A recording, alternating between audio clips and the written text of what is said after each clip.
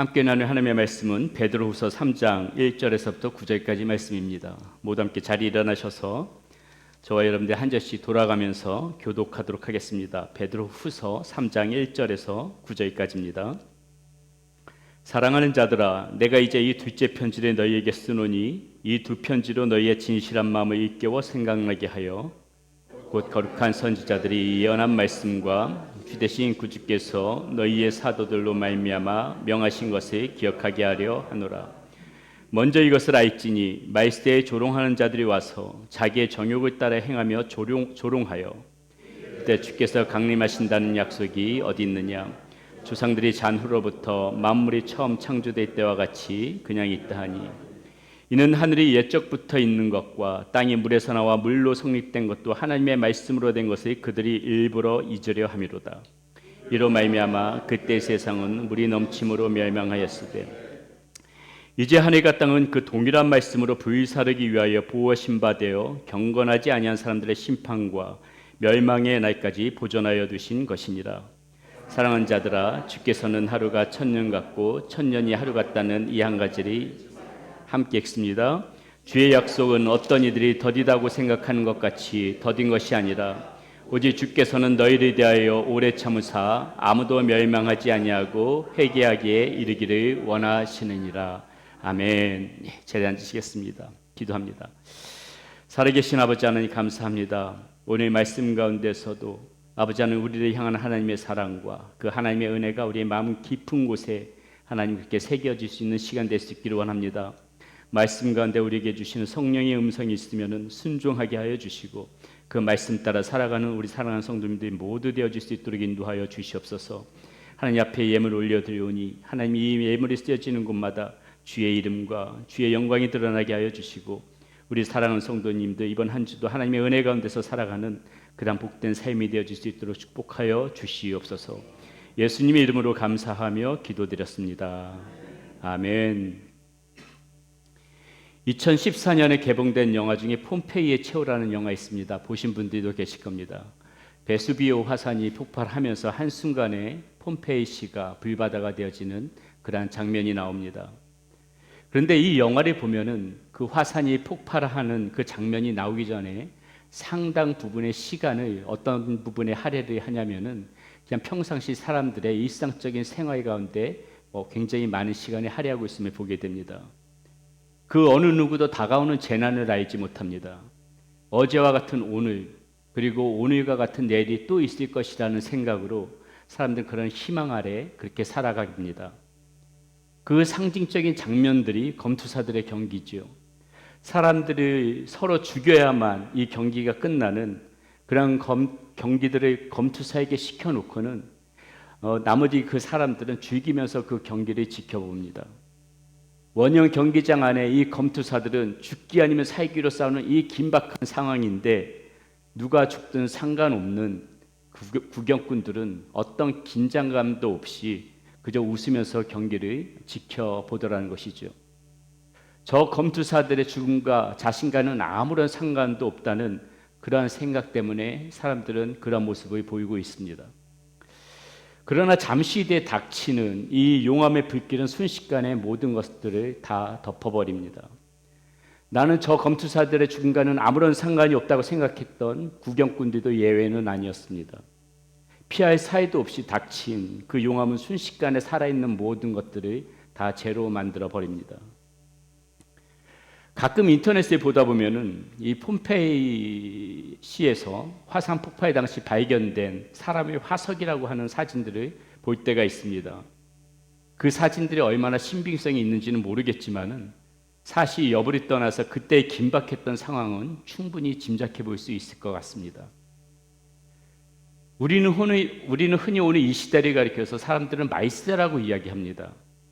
늘어나는 천재지변, 지구온난화 같은 점점 심각해지는 그런 자연환경, 사람들의 도덕적 타락, 전쟁과 기근, 이러한 현상들을 보면서 말세가 가까워졌다고 말들을 하지요. 그러나 어림짐작만 할 뿐 아무도 그날이 언제인지 알 수 있는 사람은 이 세상엔 아무도 없습니다. 종말은 어떻게 오는가? 마지막 때는 어떻게 오는가? 바로 저 폼페이의 화산이 폭발하면서 준비할 새도 없이 피할 새도 없이 고스란히 불길에 휩싸였던 것처럼 순식간에 그렇게 찾아올 것입니다. 아무렇지 않은 것처럼 평상시처럼 그렇게 일상을 보내고 있는데 그날 오후에 갑자기 무시무시한 현상으로 우리 앞에 딱 등장을 하게 될지도 모른다는 것이죠. 밀린 빨래를 하고 이제 좀 쉬어야겠다 생각하면서 커피 한 잔을 손에 들고 푹신한 소파에 앉아서 감미로운 음악을 듣는 그 순간에 갑자기 찾아올지도 모릅니다. 직장에서 열심히 미팅을 끝내고 한숨 돌리면서 이제 직장 동료들과 웃으면서 점심을 먹고 있는 그 순간에 찾아올지도 모릅니다. 어떤 분들은 상쾌한 바람을 맞이하면서 필드에 나가서 그날따라 유난히 잘 맞는 그 드라이버 샷에 만족하면서 나이스 샷하고 외치는 그 순간에 찾아올지도 모르는 거지. 어떤 분들은 술에 취해서 몸도 가누지 못하고 있을 때 속이 부대끼어 변기에 머리를 박고 토악질을 하고 있는 그 순간에 찾아올지도 모릅니다. 믿는 사람들이나 믿지 않는 사람들이나 그 어느 누구에게도 힌트를 주지 않고 종말은 그렇게 순식간에 찾아올 것입니다. 바로 이것이 우리들이 긴장하게 만드는 거예요. 언제 어떻게 찾아올지 모르는 이 하나님께서 말씀하신 바로 그 하나님의 날. 무슨 준비할 만한 힌트라도 주셨다면 죄를 짓다가도 그만두면 되겠는데 오늘 오후에 이 종말의 끔찍한 재앙이 찾아온다 할지라도 오늘 아침까지는 아무런 현상이 일어나지 않고 아무런 징조도 일어나지 않기 때문에 그것이 우리를 긴장하게 만든다는 것이죠. 그렇기 때문에 종말이 언제라도 올 수 있다고 믿는 사람들은 한순간도 방심한 채로 살아가지를 못합니다. 신실하게 살려고 몸부림칠 것이고 재림의 신앙이 없는 불신자들, 아니 꼭 불신자들이 아니더라도 그것을 심각하게 생각하지 않는 성도들은 아무런 준비 없이 어제처럼 오늘을 살다가 갑자기 눈앞에 닥친 이 종말을 그대로 맞이하게 될 것입니다. 사도 베드로는 그동안 베드로 전후서 이 서신서를 통해서 그 소아시아 지역에서 나그네와 같이 흩어져서 살아가는 그런 그리스도인들에게 믿음에서 흔들리지 말 것을 계속해서 이 편지에서 강조해 왔습니다. 자기를 연단하려고 오는 그 불시험을 이상하게 여기지 말고 고난 중에도 영혼을 거슬러 싸우는 이 육체의 정욕을 좀 제어해 가면서 행실을 선하게 살아가라고 그렇게 우리에게 권면해 왔습니다. 거짓 선지자, 거짓 선생들이 많은 이 시대 가운데 그 미혹에 빠지지 말고 그들의 가르침을 따르지 말 것을 계속해서 강조해 왔습니다. 그리고 이제 그 모든 말씀들을 마무리하면서 마지막으로 강조하고 있는 것이 무엇인가? 바로 이 하나님의 날에 대해서 마지막으로 강조하면서 말씀을 마무리하고 있더라는 것입니다. 베드로 사도가 이 하나님의 날에 대해서 어떤 말씀을 들려주시는지 그것을 우리가 이번 주와 그리고 다음 주와 다다음 주는 아마 성탄에 관한 메시지 전할 것 같고요. 마지막 주 12월 마지막 주가 될 것 같은데 그때 다시 한번 이 2주에 걸쳐서 무슨 말씀을 들려주시는지 이 하나님의 날에 관해서 그 말씀을 좀 살펴보려고 합니다. 자, 하나님의 날, 우리는 무엇을 알아야 하고 무엇을 생각하면서 살아가야 할까요? 첫 번째, 내 안에 있는 진실한 마음을 이제는 깨우치면서 살아가야 된다. 자, 1절 2절 말씀입니다. 사랑하는 자들아, 내가 이제 이 둘째 편지를 너희에게 쓰노니 이 두 편지로 너희의 진실한 마음을 일깨워 생각나게 하여 곧 거룩한 선지자들이 예언한 말씀과 주되신 구주께서 너희의 사도들로 말미암아 명하신 것을 기억하게 하려 하노라. 이 말씀에 보면 지금 베드로 사도가 이 베드로 전후서 두 편의 편지를 쓴 이유가 분명하게 나와 있습니다.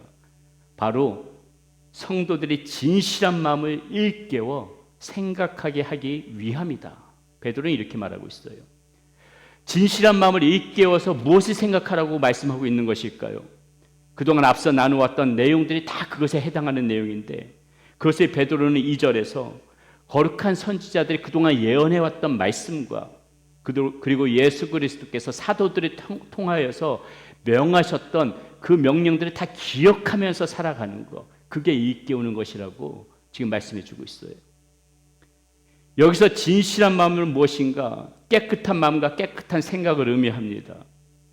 따라서 진실한 마음을 일깨우다라는 말은 무슨 말인가? 이전에 복음에 있어서 깨끗했던 마음이 혼탁하고 더러워졌기 때문에 다시금 깨끗하게 해야 한다. 지금 이 말씀을 들려주고 있는 거예요. 사랑하는 여러분, 저와 여러분들이 어떤 경위로 예수님을 믿었던지 간에요, 예수님을 믿기로 결심하고 영접했던 그 마음은 저와 여러분들이 모두 동일할 것이라고 생각합니다. 아마 그 순간 순수하고 깨끗한 마음으로 예수님을 믿기로 결심하고 예수님을 받아들이셨을 거예요. 깨끗한 상태에서 예수님을 믿었다는 말씀이 아닙니다. 비록 나의 삶이 죄 가운데 있었지만은, 나의 이 육신은 그 정욕 가운데 그대로 있었지만은, 그래도 예수를 믿기로 결심했을 때 그 마음만큼은 진실했을 것이라고 그렇게 말씀드리는 것입니다. 가짜로 예수님 믿은 거 아니잖아요. 진짜로 신앙 안에서 한번 잘 살아보겠다고 결심하고 예수님 믿은 거 아니겠습니까? 그 순전하고 진실한 마음이 그때는 있었지 않았겠습니까? 그런데 살다 보니 어느새 그때 그 마음이 자꾸 흐려지더라는 것이에요. 혼탁해지더라는 것입니다. 육신의 몸뿐만이 아니라 마음마저 다시 더러워지고 자꾸 혼탁해지더라는 것이에요.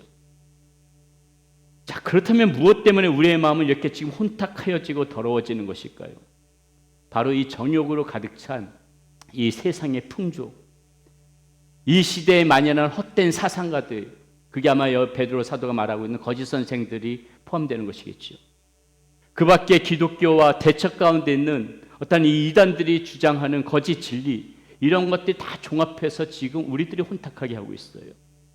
이 세상의 풍조, 더 길게 말씀 안 드려도 여러분들 너무나도 잘 알고 계실 것입니다.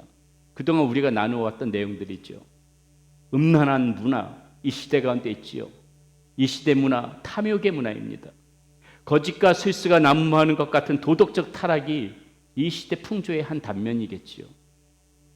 모더니즘에서 포스트 모더니즘으로 이렇게 전환되어질 때, 지금 이 시대가 포스트 모더니즘이라고 이야기하는데, 그동안 잘 지켜왔던, 그리고 지켜야만 했던 그 소중하고 윤리적이고 도덕적이었던 그런 정통성들이 다 깨어진 그런 시대 가운데 지금 우리가 살아가고 있습니다.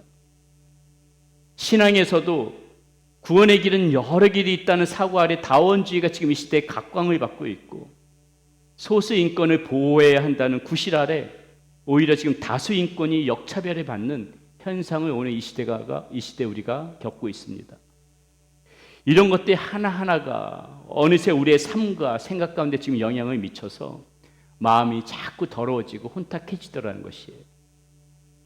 말씀을 깊이 상고하지 않고 그저 교회의 문만 왔다 갔다 하다 보니까는 마음과 생각이 어두워져 있는 상태가 오늘날 우리 신앙인의 삶 가운데서도 보여지더라는 것입니다. 뿐만 아니라 오랜 신앙생활을 하는 동안에 이 신앙의 행위들이 습관화되어지고 형식화되어져서 마음이 굳어져 버린 사람들도 있어요. 가령 우리는 신앙생활을 하면서 똑같은 말씀을 몇십 번이나 되풀이해서 듣고 있습니다. 그러다 보니 이 말씀의 새로움은 다 잊어버리고 단순히 활자로만 이 말씀을 받아들여서 더 이상 말씀을 봐도 감동을 느끼지 못하는 그러한 상태로 신앙생활할 때가 얼마나 많은지 몰라요. 마치 잠자는 자 같습니다. 저는 사단의 전략이 가장 큰 이 전략이 바로 이것이라고 생각합니다. 즉 우리의 마음이 이 말씀에 무감각하게 되어져서 깊은 혼수 상태처럼 빠져버리게 만드는 것, 이 시대 사단이 우리에게 쓰는 전략 중에 가장 중요한 전략이 바로 이 점이 아닌가 싶어요. 말씀을 그냥 글자로만 본다는 거죠. 아무런 감동을 느끼지 못한다는 거죠. 설교자의 고민이 여기에 있습니다. 어차피 성경에 나와 있는 말씀은 다 똑같은 말씀이에요. 이 말씀을 가지고 좀 더 신선하게 들리게 하고, 같은 말씀이지만 새롭게 들리게도 하고, 딱딱한 말씀을 쉽게 들리게 하려고 잘 풀어서 설명하려고 하니까 설교자도 힘이 드는 거예요. 그냥 말씀에 나와 있는 대로 단편적으로 건조하게 그냥 이렇다고 성경에서 말씀하네요. 건조하게만 말하게 되면은 설교자 힘들 것도 없습니다. 어떻게 하든 이해하기가 쉽고, 같은 말씀이라도 지루하지 않게 설교를 하려고 하니까 거기에 어려움이 있더라는 것이죠. 그래서 앞으로도 제가 더 열심히 준비해서 노력해야겠지만은 여러분들이 이 말씀을 들으며 잠들지 않도록 여러분의 영혼이 혼탁해지는 것을 막고 싶어하는 그런 마음으로 말씀을 준비하고자 하는 저의 마음만큼은 좀 알아주셨으면 감사하겠습니다. 그러므로 다시 한번 말씀드리지만은 성도는 자신의 마음이 더럽혀지거나 혹은 잠자는 것 같은 이 무감각한 상태에 빠지지 않도록 늘 주의해야 합니다. 처음에 품었던 그 진실한 마음을 다시금 일깨워서 유지해야 한다는 것이에요. 그래야만 잠깐은 흔들릴 수 있어도 끝까지 신앙의 길을 잘 완주할 수 있는 것입니다. 자꾸 깨워야 돼요. 가만히 놔두면 잠들어 버려요. 늘 깨우는 작업을 해야 돼요. 자기 자신을 쳐야 된다는 겁니다. 어떻게 하든지 간에 쳐야 돼요. 게으름에 빠지지 않도록 해야 돼요. 그렇지 않으면 자꾸 흔들리는 거예요. 하나님의 나라를 생각하는 사람은 이렇게 자기 자신을 계속해서 다그치는 사람입니다. 계속해서 자기 자신을 일깨우는 사람이에요. 그리고 그렇게 일깨워서 주님께서 생각나는 것들을 생각나게 하고 그런 마음을 품고 그런 생각으로 살아가는 사람들이 하나님의 나라를 바라보면서 살아가는 사람이라는 것을 잊지 마시기를 바라겠습니다. 두 번째, 하나님의 나라를 생각하면서 우리는 무엇을 알아야 하는가? 하나님께서 자연 만물을 왜 지금 보존하고 계신지 그 이유를 우리는 반드시 알아야 합니다. 우리가 사는 이 세상은 매우 편리하고 아름답고 살아가는 데 필요한 것이 다 있습니다. 그리고 이 세상은 오래전부터 있어 왔고 또 앞으로도 계속해서 있을 것만 같습니다. 그래서 세상의 정욕 가운데 사는 사람들은 이 끊임없는 세상, 끝없이 펼쳐지는 세상 속에서 그저 세상의 많은 복을 누리고 사는 것이 곧 축복이라고 믿고 살아갑니다. 마치 이 땅의 삶이 전부인 것처럼 말을 하지요. 그것이 3절에서부터 5절까지 나타나는 이 사람들이 주장하는 내용입니다. 한번 말씀 보겠습니다. 먼저 이것을 알지니 말세에 조롱하는 자들이 와서 자기의 정욕을 따라 행하며 조롱하여 이르되 주께서 강림하신다는 약속이 어디 있느냐? 조상들이 잔후로부터 만물이 처음 창조될 때와 같이 그냥 있다 하니 이는 하늘이 옛적부터 있는 것과 땅이 물에서 나와 물로 성립된 것도 하나님의 말씀으로 된 것을 그들이 일부러 잊으려 함이로다. 자, 지금 말세에 조롱하는 자들의 조롱하는 말을 들어보십시오. 무슨 말을 하고 있는 것입니까?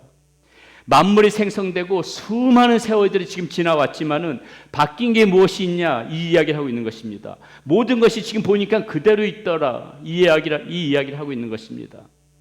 저 로키 마운틴 수백 년 전에도 저곳에 있었고 지금도 저곳에 있지 않냐, 이 이야기를 하고 있는 것입니다. 저 나이아가라 폴은 수백 년 전에도 떨어졌었는데 지금도 여전히 떨어지고 있지 않냐, 이 이야기를 하고 있는 것이에요.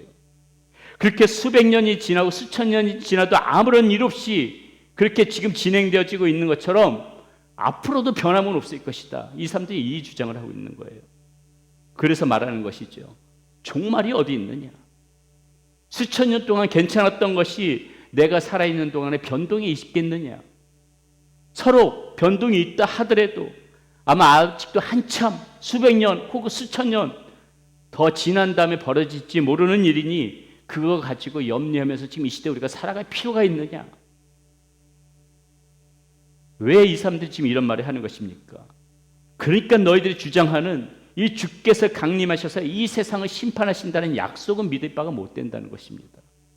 천하 만물이 수천 년 동안 이렇게 수없이 잘 보존되어져 있는 것만 봐도 재림 때 벌어지는 이런 일들은 일어나지 않을 것이다. 그렇게 주장하고 있다는 것이죠. 그러나 여러분, 이들이 지금 크게 착각하고 있는 것이 한 가지가 있어요.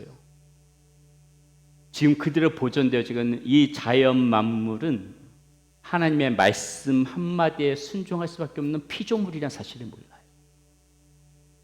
웅장한 로키 마운틴이라도 바로 내일 허물어질 수 있습니다. 수천 년 동안 변함없이 흘러내렸던 폭포수라 할지라도 멈출 수 있어요. 말씀으로 만들어진 것은 하나님께서 말씀으로 멈추기도 하고 흥하게도 하고 망하게도 할 수 있다는 사실을 모르는 거예요. 보세요. 성경의 말씀을 보세요. 말씀으로 홍해 바다를 갈랐습니다. 말씀으로 여리고성을 무너뜨렸습니다. 말씀으로 요단강을 명하니까는 흘러내리던 요단강물이 차곡차곡 쌓였습니다. 말씀으로 헤브론 골짜기에 태양이 하루 종일 그 자리에 그대로 멈춰서 있었습니다. 말씀으로 히스기야의 눈앞에서 태양이 15도 뒤로 물러났습니다. 이것뿐입니까? 말씀으로 눈먼 자가 눈에 떴습니다. 말씀으로 귀머거리가 듣게 되었습니다. 말씀으로 앉은뱅이가 일어섰습니다. 말씀으로 38년 된 병자가 자신의 침상을 들고 일어나서 걷기 시작했습니다. 말씀으로 중풍병자가 났습니다. 말씀으로 죽은 사람이 살아났습니다. 모든 만물은 사람이고 자연이고 하나님의 말씀에 순종하는 피조물일 수밖에 없다는 것을 보여주는 사건들인 거예요. 성경 말씀이 나오는 것은 하나님의 말씀에다 순종할 수밖에 없다는 것. 그러므로 이 사람들은 지금 무엇을 모르고 있느냐? 이 모든 자연 만물들이 하나님의 말씀에 순종하기 때문에 지금 있는 것도 하나님의 말씀이 그렇게 명하고 있기 때문에 그대로 있다는 것을 모르고 있는 거예요. 예수님께서 뭐라고 말씀하셨습니까? 하늘이 나는 참새 한 마리라도 하나님의 명령 없이는 떨어지지 않을 거라고 말씀하셨어요. 그러므로 우리가 잊지 말아야 할 것은 모든 세상 만물은 법칙에 의해서 움직여지는 것이 아니고 하나님의 말씀에 의해서 움직여진다는 것을 알아야 돼요. 그렇기 때문에 하나님의 말씀 한마디면은 이 천지도 하루아침에 사라질 수 있다는 것을 우리는 잊지 말고 기억하면서 살아가야 된다는 것입니다. 자, 그런 하나님께서 지금 이 자연을 보존하고 계십니다. 현재까지 보존하고 계세요. 여러분, 왜 보존하고 계신다고 생각하세요? 왜 지금 이 천지 만물이 하나님께서 이렇게 보존해 두고 계신 거예요? 보존해 두고 계신 걸까요? 자, 그 이유가 7절의 말씀에 지금 이렇게 기록되어져 있네요. 한번 우리 같이 읽어보도록 하겠습니다. 이제 하늘과 땅은 그 동일한 말씀으로 불사르기 위하여 보호하신 바 되어 경건하지 아니한 사람들의 심판과 멸망의 날까지 보존하여 두신 것이라. 이 말씀 보면요, 너무도 무서운 말씀이에요. 왜 보존하고 계시다고요? 지금 왜 보존하고 계시다고요? 불사르기 위하여. 불사르기 위하여. 이 말씀 전 6절에 보면은요, 물로 심판하신 노아의 홍수를 말씀하고 있습니다.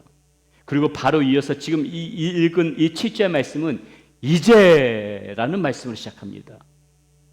하나님께서 노아의 홍수 후에 우리에게 약속하신 말씀이 무엇이에요? 그것이 무엇이었습니까? 더 이상 이제 물로 심판하지 않겠다는 약속이었습니다. 물로는 심판하지 않겠다. 그리고 하시는 말씀이 이제 다가오는 심판은 무슨 심판이다? 불심판이라고 이야기하고 있는 거예요. 이제 하늘과 땅은 그 노아의 심판 때와 같이 동일한 말씀으로 물 대신 불로 심판하시겠다는 말씀인 것입니다. 마지막 심판의 때에 불로 모든 것들을 심판하기 위하여 하나님께서는 오늘도 지금 우리 주변의 자연을 그대로 보존하고 계신 거예요. 그러므로 우리가 이 말씀을 충분히 이해하셨다면 우리는 이 아름다운 자연 만물을 바라보면서도 하나님의 날, 그 재림의 날을 반드시 생각하면서 자연 만물을 볼 필요가 있어요. 언젠가는 이 아름다운 자연 강산도 하나님의 날에는 마지막 때는 다 불로 사라지겠구나. 그런 마음으로, 그런 생각으로 오늘 하루도 우리의 삶을 더 신실하게 살아가고자 하는 그런 결단과 결심이 하나님의 날을 품고 살아가는 사람들이라면 반드시 있어야 된다는 것이죠. 마지막으로 하나님의 날, 다시 한번 강조하지만은 마지막 우리가 나누고 싶은 말씀 무엇인가? 주님의 날은 갑자기 오게 됨을 알아야 된다. 자, 10절 말씀 보겠습니다. 그러나 주의 날은 도둑같이 오리니 그날에는 하늘이 큰 소리로 떠나가고 물질이 뜨거운 불에 풀어지고 땅과 그 중에 있는 모든 일이 드러나리로다. 아멘. 하나님의 특징 중에 한 가지를 꼽자면은 갑자기입니다. 갑자기. 이게 하나님의 특징이에요. 여러분 꼭 기억하시기 바랍니다. 하나님의 역사는 무슨 역사다?